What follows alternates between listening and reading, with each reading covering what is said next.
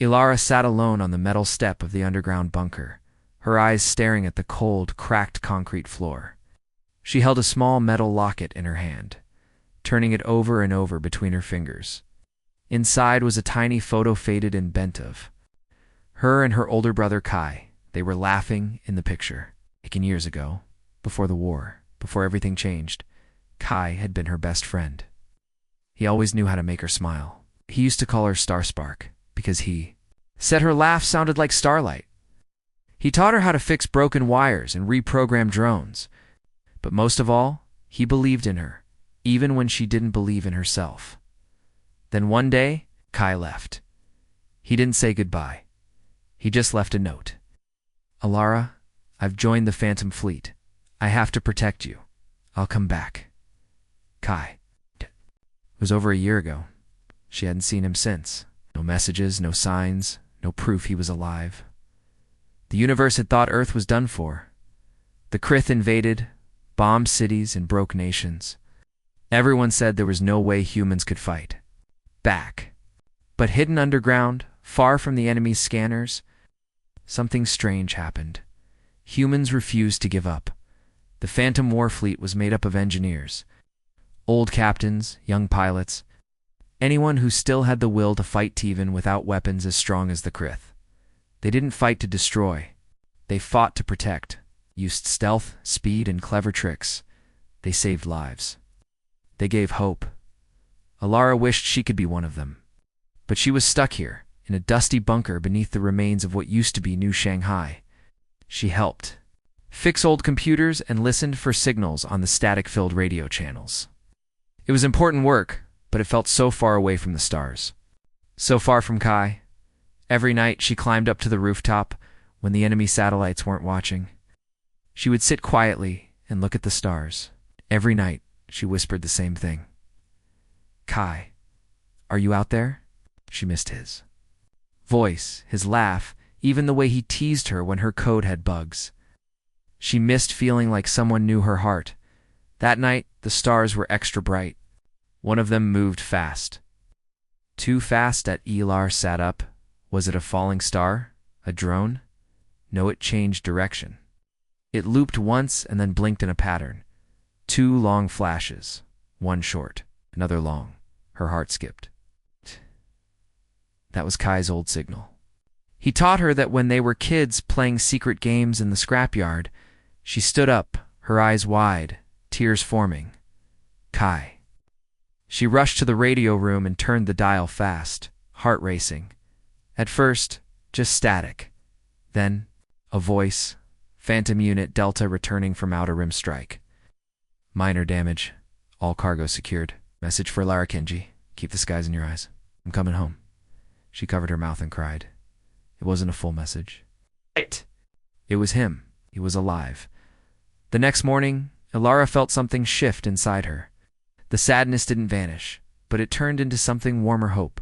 She walked into the repair bay and told the others. We're upgrading the solar arrays today. I want every drone ready to fly. Let's do this. Why the sudden energy? An old mechanic asked with a smile. She wiped her hands and looked at him. Because we're not finished. They think we're broken, but we're not. Not even close. The other techs looked at her, surprised, and they nodded. The spark spread. Later that week, a group of survivors arrived, rescued by phantom ships. Among them was a little girl with a note tied to her sleeve. Ilara opened it. Tell Ilara I saw her rooftop signal. Don't stop watching the stars. I'll keep blinking back, Kai. Ilara smiled through her tears. She didn't feel so far from him anymore. He was out there, still fighting, still protecting, still believing. And now she would too. Because humans weren't finished, they were. Just getting started? Ilara worked quietly at the long table inside the bunker's comms room. Screens glowed around her, blinking with unread data, but her eyes kept drifting toward the far corner where an old, cracked helmet sat. It was her brother Kai's. He had left it behind when he joined the Phantom Fleet. She missed him more than she could say. Every day she hoped for another message. A signal. A code. Something to say he was still out there. That he hadn't forgotten her. But days had passed since the last transmission. Just silence now. Empty, cold silence, she felt. Like she was living in two worlds, one where people joked, worked, and survived day to day, and another where all she could feel was the empty space he had left behind. Ilara sat back and closed her eyes. Her heart ached. She remembered when they were little, playing on the rooftops. He used to build paper rockets and pretend they were part of Earth's secret fleet. Even before the fleet was real, he would say, "Ilara, one day we'll fly for real. No more hiding, no more fear." But now he was gone. She didn't know if he would ever come back. A soft knock came from the door. It was Jonah, a kind, older man who helped monitor the radio signals. He had known Ilara since she was a child.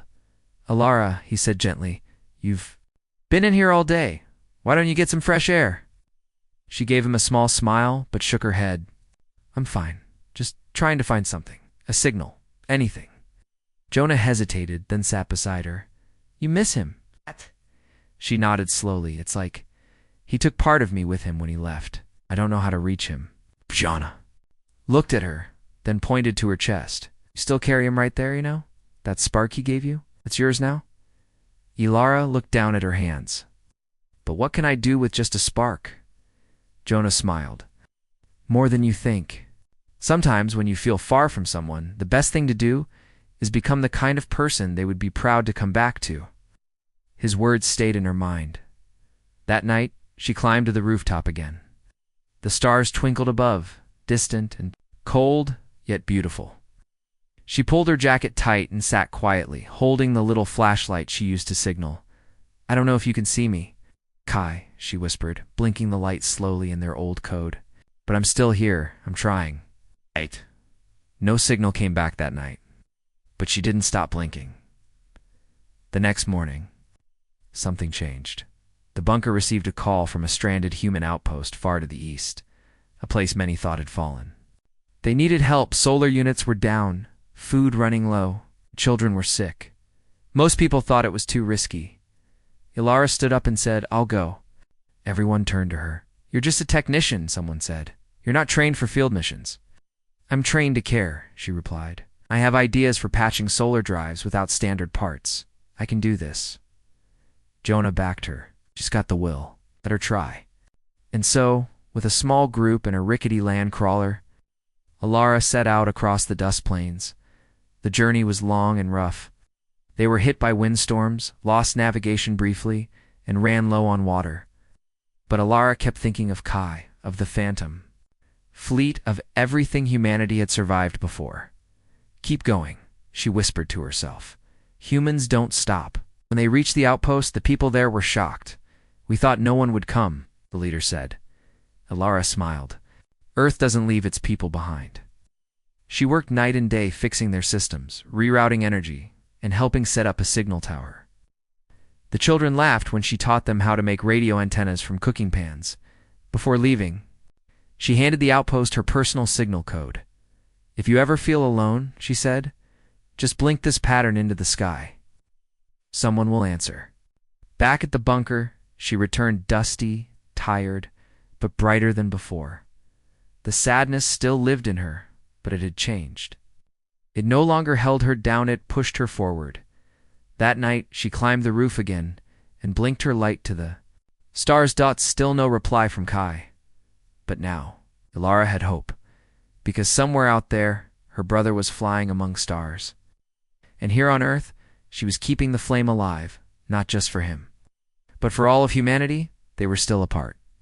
But the distance no longer felt impossible. She would reach him, one light blink at a time. Ilara woke to the sound of soft humming coming from the power station. The bunker lights flickered back on after a long night of solar charging. She rubbed her eyes and sat up on her thin mattress, still holding the same small metal locket she always slept with. Her fingers gently traced the edges, pausing over the photo inside.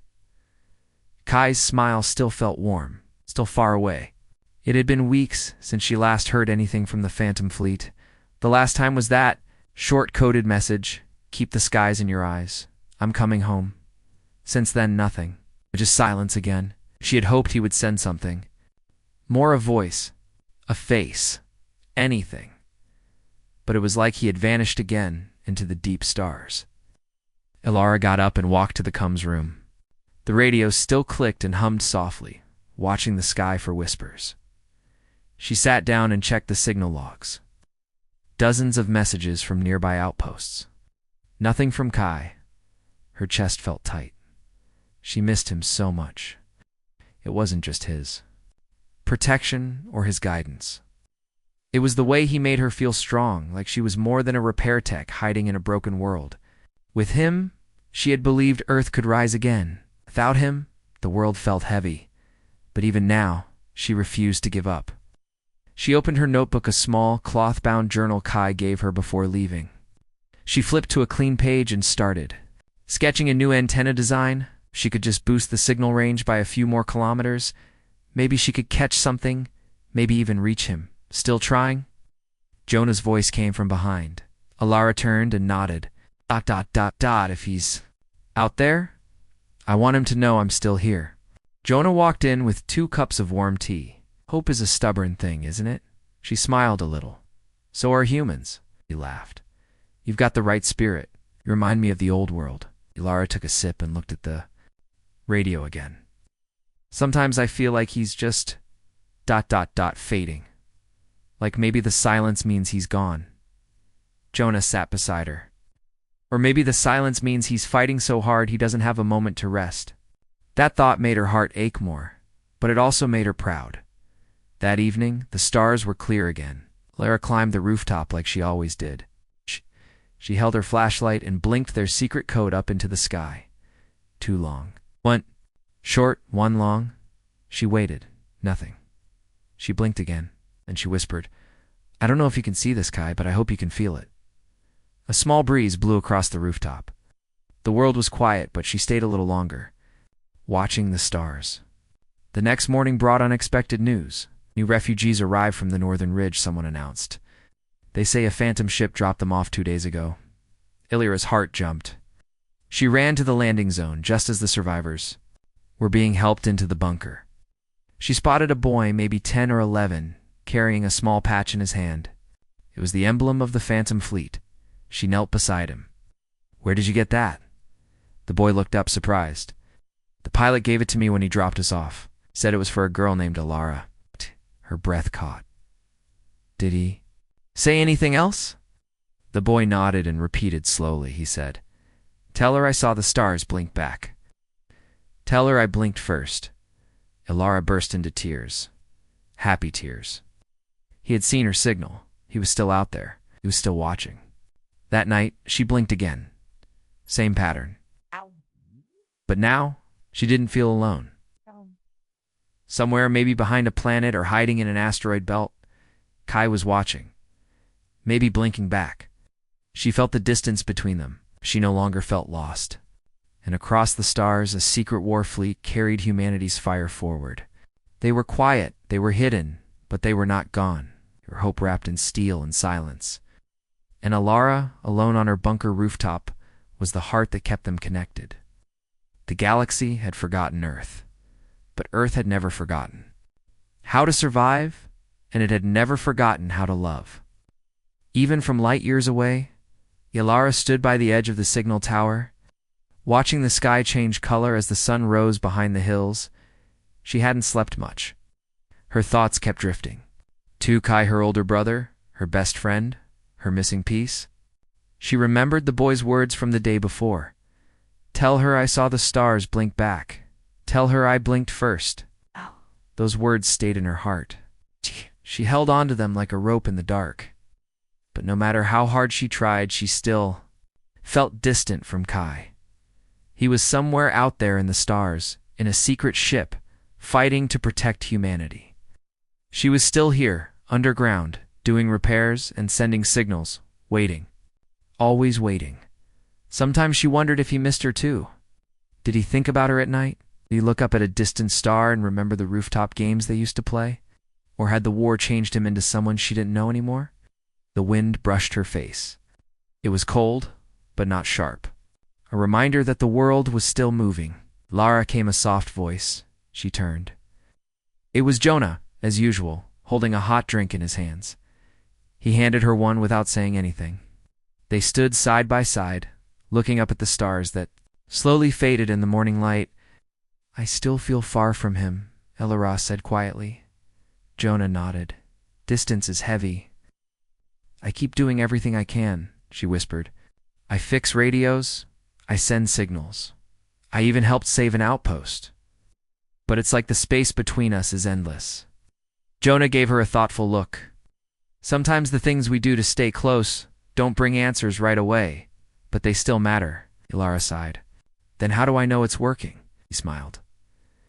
"Because you haven't stopped." That day, Ilara threw herself into her work. The bunker was buzzing with activity. A nearby human colony had sent word. One of their power plants had been damaged by a sudden quake, and they needed emergency help. Ilara didn't hesitate. "I'll go," she told the crew. "I've worked on that model before. I can help them." A few hours later, she was on a small hover transport, flying low over the ruins of old Earth. Cities once tall were now broken teeth in the dirt. Still, small green patches were starting to appear, signs that life wanted to return. When they reached the colony, the people were tired but strong. Ilara got to work right away, crawling under broken panels and fixing energy cells with parts she made herself. She worked through the night. The stars above kept her company. A little girl from the colony sat nearby, watching her quietly. After a while, she spoke. "Are you from the place with the blinking light?" Ilara looked up, surprised. "What do you mean?" "My mom said she saw blinking in the sky a few nights ago. She thought it was just stars, but it was different. It was like someone was talking." Ilara smiled gently. "Maybe someone was." The girl tilted her head. "Were they talking to you?" Ilara nodded. "Yes, I think they were." The girl smiled and handed her a drawing she had made. It showed a small figure standing on a rooftop, blinking a light toward a spaceship in the stars. Ilara took the picture slowly. "Thank you. This means a lot." Back at the bunker, Ilara returned, more tired than ever, but also more sure. Even if Kai couldn't speak to her every day, even if she couldn't hear his voice or see his face, her actions mattered. Her hope mattered. Her blinking lights. Her repairs, her choices, they all reached out like hands into the stars. That night, she climbed to the rooftop again. She held the little girl's drawing close to her chest and blinked her. Flashlight into the sky. Long, short, long. A message. A heartbeat. A reminder. Then, just as she lowered the light, a flicker, not from her flashlight, from the stars. Blink, blink, blink. Her eyes widened, her heart skipped. It wasn't a full message, not yet. But it was real. And it was him. Across 1,000 silent distances, her brother was still out there. He had not forgotten, and neither had she. Because that was the human Wayne, not just surviving, but reaching, building, hoping, even when it seemed impossible. Even when no one else believed, that was the light they carried. And she would keep blinking. Leo sat in the corner of the Cums lab on Ceres Station, his head resting on his arms, staring at the screen. It was midnight, but he wasn't sleepy. He was waiting again. The screen in front of him had a single message box open. No new replies. Just the blinking cursor. The last message he sent had read, "Still here. Still listening? Hope you're okay?" That had been 2 weeks ago. No answer. He tapped the screen gently. "Come on, Isla," he whispered. Isla had been more than a friend. She was his teammate during training, his partner during their mission on Ganymede, and the one who always made the dark places feel bright. Her laughter echoed in his memory like a favorite song, but after their last assignment, Isla had been reassigned. She now worked deep in the outer systems, far beyond normal communication zones. It was a high-level science roll-top secret. She couldn't talk often, she had warned him. "There might be long silences," she'd said. "But I'll think of you every time I see the stars." At first she did send a few messages. Short, sweet notes. "Got here safely. Miss your coffee. Tell Ceres Station I said hi." But then, nothing. Leo understood the silence. Was part of her job, but Knowing didn't make it easier. He missed her terribly. He missed the way she'd tease him during drills, the way she used to draw tiny stars on napkins, the way she'd hum while fixing broken gear. Now, all he had were old photos, some audio clips, and the echo of his own thoughts.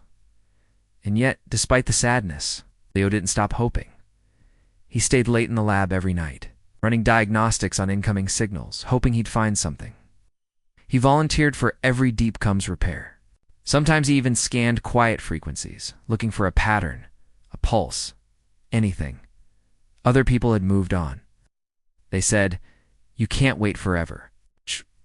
But Leo smiled and said, "I'm not waiting. I'm listening." That night, something strange happened. He was scanning an old satellite, one they thought was long dead. Suddenly a soft ping appeared, very faint, almost lost in static. Leo sat up, eyes wide. He ran it through filters. It didn't look like a normal signal. But then he saw it 3 rising tones, 1 falling. He gasped. That was Isla's favorite melody, small tune she made up when they used to tap on the walls of their sleeping pods. They had called it their space hello. Played. The signal again, do-do-do, do-do-do. Tears welled in his eyes. What? It was her. It had to be. She had sent something across the void, across restricted zones, across silence. He worked fast. He opened the backup transmission line and sent a message. "Heard your song. Still listening. Still miss you." For the first time in weeks, his heart felt lighter. Over the next few days, Leo returned to work with new energy. He cleaned the old relay systems, updated forgotten channels, and even taught junior cadets how to trace weak signals. One cadet asked, "Why do you care so much about old signals?" Leo smiled, "'Cause sometimes someone you love is trying to reach you, and you have to be ready." One morning, just before his shift ended, a new message arrived. No subject, no name, just text. Still humming, still looking at the stars. You were right to listen. Leo closed his eyes and let out a shaky laugh. She remembered. She had heard him, no promises, no dates, but enough to know they weren't truly apart that night. Leo walked to the top deck of the station where he could see the asteroid. Belt curved like silver ribbons across the dark. He held a small device in his hand, an old transmitter Isla had given him. He pressed the button and sent the melody again, not because he needed a reply, but because he knew now, distance didn't erase connection. Silence didn't mean forgotten. Hope could travel farther than any ship. That was what made humans strong. Not just their machines or missions, but their hearts. Their choice to keep loving, even when nothing came back. To keep singing into space, even when it was quiet. Because sometimes, the silence sings back. Faye, always. Noah sat at the back of the training shuttle, watching the stars pass by through the window. He wasn't looking at anything in particular, just needed to feel like he was moving because, inside, he felt stuck. He missed Ray. They had trained together for 3 years on Earth. Ray was smart, sharp, and always full of ideas. She helped Noah study when he struggled.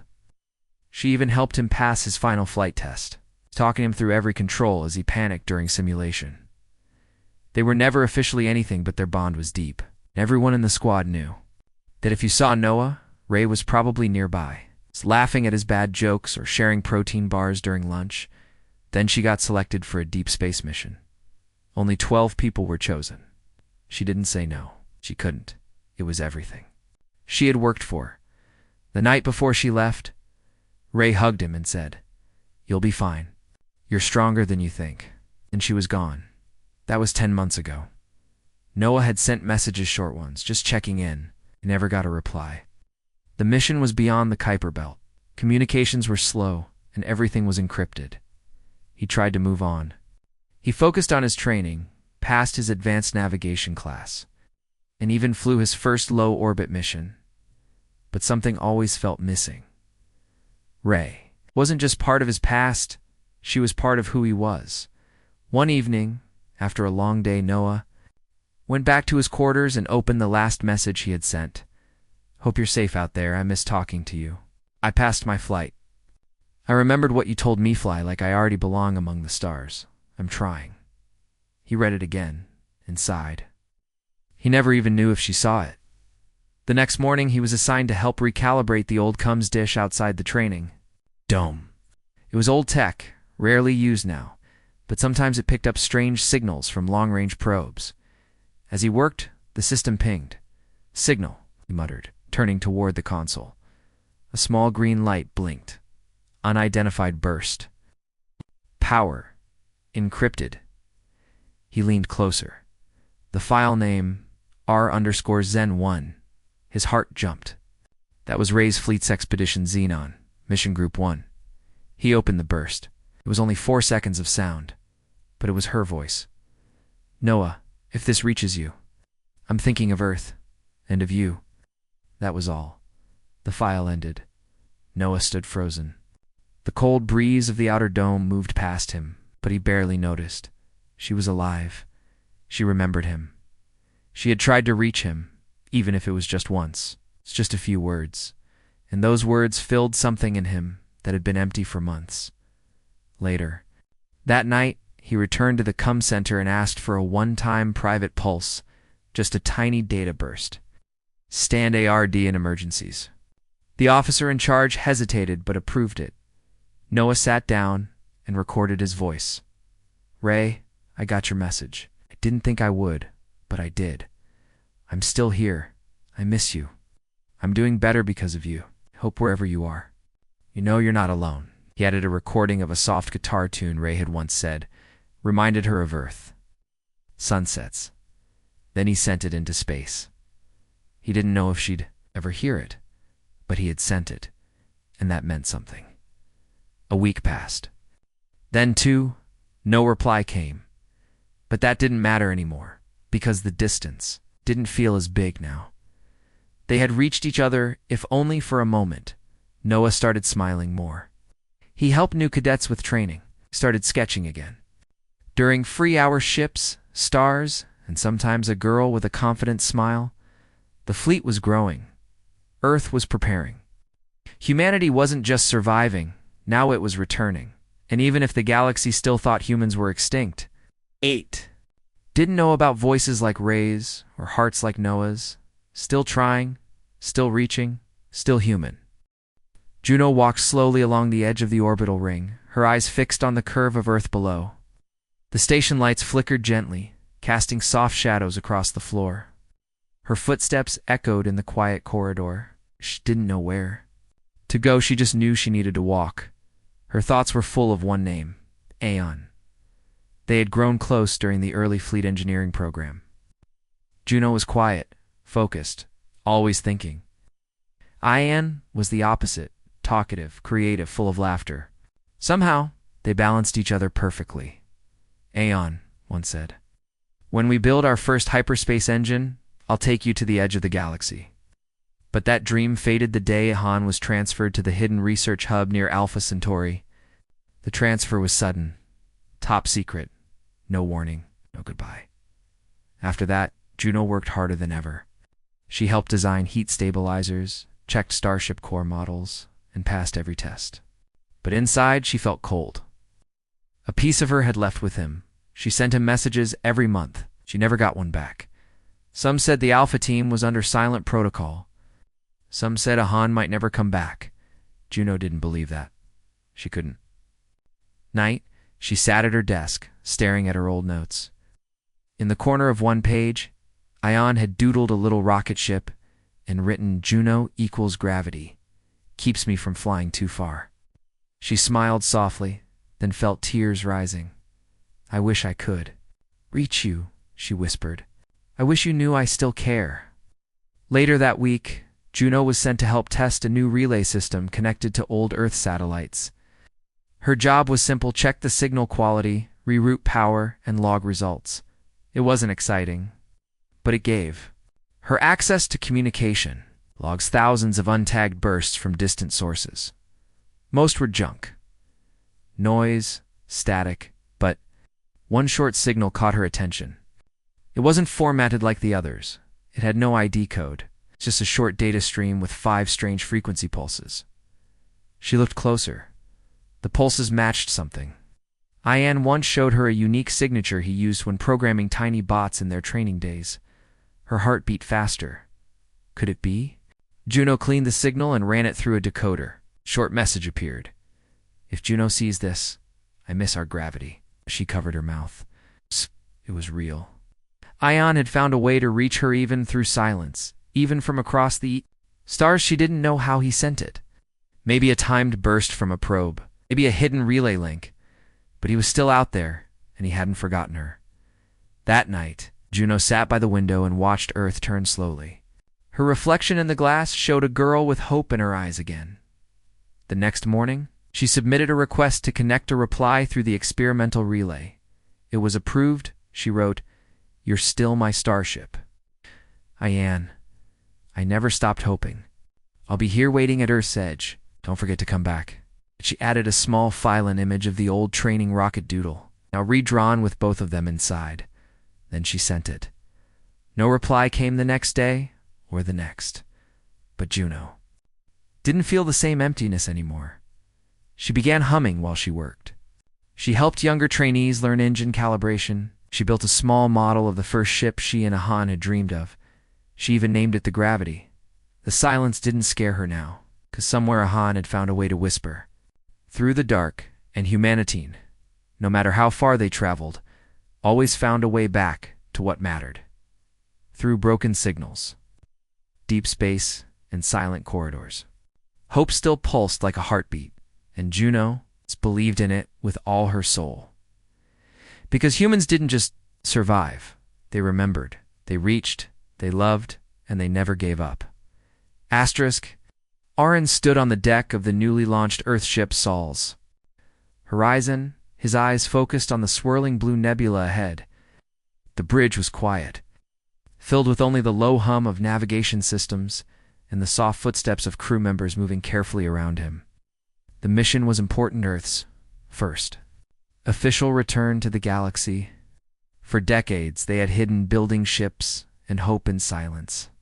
Now, they were ready to fly again, not with weapons, but with messages of peace and unity. Oren should have felt proud, but inside, something felt empty. He opened the small locket he always wore around his neck. Inside was a photo of his younger brother, Milo, smiling, bright-eyed, and full of dreams. They had grown up in the deep tunnels of Earth's Arctic base, where snowstorms never ended and the stars were only legends. Milo had always wanted to see those stars. He got the chance 3 years ago when he was chosen for a long-range diplomatic program, one that sent young human envoys to learn alien languages and cultures. Oren had hugged him tight before he left, whispering, "Come back and tell me everything," but Milo never came back. The mission was sent near the border of a silent region in the stars, not dangerous, just distant. At first, Milo sent regular messages, funny stories, strange food reports, and even recordings of alien music. Then the messages stopped. No final words, no clues, just silence. Command said the region had signaled disruption, that they were sure Milo's team was safe. But Oren didn't believe them. He felt distant, helpless, and the longer he waited, the more the silence grew like a wall between him and his brother. Now, as Sol's Horizon flew into a nearby system to deliver Earth's first message of unity, Oren stood at the come station, with a quiet wish in his heart. "I hope you're out there, Milo," he whispered. "I hope you're still listening." He ran diagnostics on the beacon system, double-checking frequencies. That's when he saw it. A pin, barely visible, riding on a band of cosmic static. It wasn't part of the normal comms. Oren paused, then adjusted the filters. A low, shaky signal came through, only one line. "This is Milo. Anyone hear me?" Oren's heart almost stopped. He blinked, read the line again, and shouted, "Captain, I've got something." The captain turned sharply. "Repeat." Oren rerouted the signal to the main screen. The line blinked again. "This is Milo. I'm alive, not sure where. Trying to send this through a trade relay. Earth, if you get this, don't give up." Oren couldn't speak for a moment, then he smiled wide, full of relief. The captain gave him a nod. "Open." A channel Oren typed quickly, hands shaking. "Milo, it's Marin. I'm on Sol's Horizon. We're back out here. I never stopped waiting. We're coming to find you. Just keep sending signals. We won't let go. He sent the message. Into the same frequency stream? The reply didn't come right away, but the signal stayed open, and that was enough. Oren leaned back, eyes full of tears, but his heart lighter than it had been in years. That night, as the ship passed the edge of the nebula, he stood near the observation glass. The stars looked brighter, closer. Hope pulsed inside him like the ship's power core. He had found his brother again, not completely, not yet, but the connection had returned. The distance no longer felt endless. And this was what it meant to be human. To reach across the dark, to refuse to forget, to carry love through silence. In time and space? Oren looked out at the stars and whispered, "We're not extinct. We're not alone. We're still Hirand. We're coming."